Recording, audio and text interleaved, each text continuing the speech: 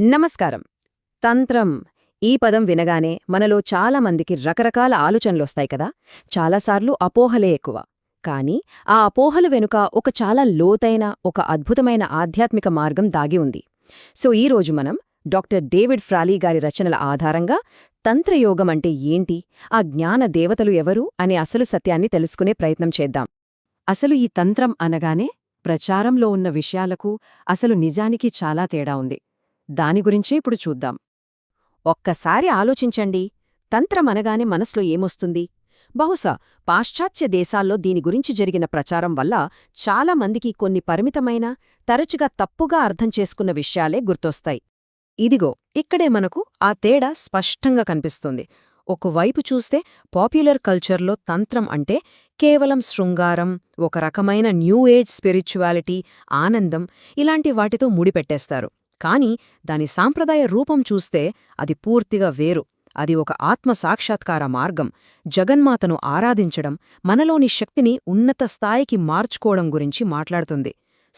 ఈ రెండింటి మధ్య ఉన్న తేడా ఏంటో అర్థం చేసుకుంటూ దాని అసలైన మూలాల్లోకి వెళ్దాం రండి. సరే, మరి ఈ అపోహలన్నింటినీ పక్కన పెట్టి అసలు నిజమేంటో చూద్దాం. దీనికి మనకు ఆధారం ప్రామాణిక గ్రంథాలే. చూడండి, డాక్టర్ డేవిడ్ ఫ్రాలీ ఏమంటున్నారంటే, తంత్రంలో లైంగిక యోగాలు ఉన్నాయి నిజమే, కానీ వాటి వల్లే తంత్రానికి గుర్తింపు వచ్చిందని అనుకోవడం చాలా పెద్ద తప్పు. అంటే కొన్ని తాంత్రిక పద్ధతుల్లో లైంగిక అభ్యాసాలు ఒక భాగం కావచ్చు, అంతేగాని అవే తంత్రం కాదు. అది దాని కేంద్ర బిందువు అస్సలు కాదు. అలా అయితే ఇది కేవలం శృంగారం గురించి కాకపోతే మరి దేని గురించి? అసలు సాంప్రదాయ తంత్రం దేనికి ప్రాధాన్యత ఇస్తుంది? చూడండి, ఇది ఒక సంపూర్ణ ఆధ్యాత్మిక మార్గం. దీనిలో ముఖ్యమైన విషయం దేవతా ఆరాధన. ఇది శరీరాన్ని తక్కువగా చూడదు, దాన్ని దైవం కొలువైన ఆలయంగా భావిస్తుంది. అలాగే ఈ ప్రపంచాన్ని వదిలేమని చెప్పదు, ఈ వాస్తవికతలోనే దైవత్వాన్ని చూడమంటుంది. ఫైనల్గా దీని అసలు లక్ష్యమేంటంటే మనలో ఉన్న అన్ని రకాల శక్తులను ఆధ్యాత్మిక ఎదుగుదల కోసం మార్చుకోవడమే. ఇప్పుడు మనం తంత్రానికి గుండెకాయ లాంటి ఒక కాన్సెప్ట్ గురించి మాట్లాడుకుందాం. అదే దేవత యొక్క మార్గం, దైవిక స్త్రీతత్వం. తంత్రాన్ని అర్థం చేసుకోవాలంటే ముందుగా మనం శక్తి అనే పదాన్ని అర్థం చేసుకోవాలి. శక్తి అంటే ఏంటి? అది ఈ విశ్వాన్ని నడిపించే ఒక కాస్మిక్ ఫెమినైన్ ఫోర్స్. సంస్కృతంలో దీనికి పవర్ లేదా ఎనర్జీ అని అర్థం. ఈ విశ్వాన్ని సృష్టించి నడిపించే ఆ క్రియేటివ్ పవర్ ఏదైతే ఉందో అదే శక్తి. దీన్నే దేవతగా, జగన్మాతగా పూజిస్తారు. ఇంకా చెప్పాలంటే తంత్రంలో ఈ మొత్తం విశ్వాన్నే ఆ దేవత యొక్క అభివ్యక్తిగా చూస్తారు. అంటే ఇది కేవలం ఒక దేవతను పూజించడమే కాదు, ఈ ప్రపంచంలో మనం చూసే ప్రతీదీ, ప్రతి అణువు, ప్రతి జీవి అన్నీ ఆ దైవశక్తి యొక్క రూపాలే. ఇది ఒక అద్భుతమైన ప్రపంచ దృష్టికోణం కదా. సరే, బాగుంది. మరి ఈ విశ్వశక్తితో కనెక్ట్ అవ్వడం ఎలా? దీనికోసం తంత్రంలో కొన్ని ప్రత్యేకమైన చాలా పవర్ఫుల్ సాధనాలున్నాయి. అవేంటో చూద్దాం. అందులో మొదటిది మంత్రం. మంత్రమంటే ఏంటి? అది ఒక పవిత్రమైన ధ్వని, అక్షరం లేదా కొన్ని పదాల సమాహారం. మనస్సును ఒకే చోట నిలపడానికి, దైవిక శక్తిని ఆవాహన చెయ్యడానికి దీన్ని వాడతారు. సింపుల్గా చెప్పాలంటే ఇది దేవత యొక్క సౌండ్ ఫామ్ అన్నమాట. అంటే ఒక రేడియోనో మనం కరెక్ట్ ఫ్రీక్వెన్సీకి ట్యూన్ చేసినట్టు మంత్రం మన చైతన్యాన్ని ఆ దైవిక శక్తి యొక్క ఫ్రీక్వెన్సీకి ట్యూన్ చేస్తుంది. మంత్రం శబ్దరూపమైతే యంత్రం దృశ్యరూపం. యంత్రమంటే ఒక పవిత్రమైన జ్యామితీయ చిత్రం. ఇది ధ్యానం, ఏకాగ్రత కోసం వాడే ఒక సాధనం. ఇంకోలా చెప్పాలంటే ఇది దేవత యొక్క ఎనర్జీని చూపే ఒక విజువల్ మ్యాప్ లాంటిది. దీనికి బెస్ట్ ఉదాహరణ ఇప్పుడు మనం చూస్తున్న ఈ శ్రీయంత్రం. యంత్రాలన్నింటిలోకి ఇది చాలా ముఖ్యమైనదిగా భావిస్తారు. ఇది మొత్తం విశ్వాన్ని, అలాగే మానవ శరీరాన్ని కూడా సూచిస్తుంది.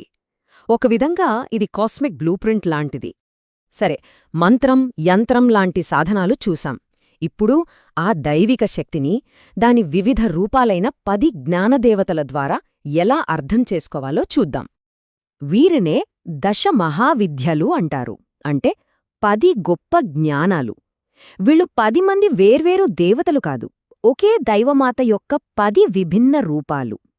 ప్రతి ఒక్క రూపం మనకు అతీంద్రియ జ్ఞానానికి, విశ్వసత్యానికి సంబంధించిన ఒక విభిన్నమైన కోణాన్ని చూపిస్తుంది. జీవితం, మరణం, జ్ఞానం ఇలాంటివన్నీ ఇందులో భాగమే. ఈ శక్తివంతమైన రూపాలు చాలా ఉన్నాయి. వాటిలో మనమొక 2 రూపాల గురించి వివరంగా చూద్దాం: కాళీ మరియు తార. మొదటగా కాళీ. ఈవిడ బహుశా అందరికన్నా ఎక్కువగా అపార్థం చేసుకోబడిన దేవత. ఆమెను చూడగానే వినాశనం గుర్తుకు రావచ్చు, కాని ఆమె అంతకు మించి. కాలానికి, పరివర్తనకు, విముక్తికి ప్రతీక. టైం అంటే కాలం, దాని స్వరూపమే ఆమె. సృష్టించడం, మార్చడం, లయం చేయడం, ఈ చక్రం మొత్తం ఆమె అధీనంలోనే ఉంటుంది. ఇదిగో ఇది ఆమె యంత్రం. ఈ కాళీ యంత్రం ఆమెకున్న ఆ పరివర్తనా శక్తికి జామితీయ రూపం.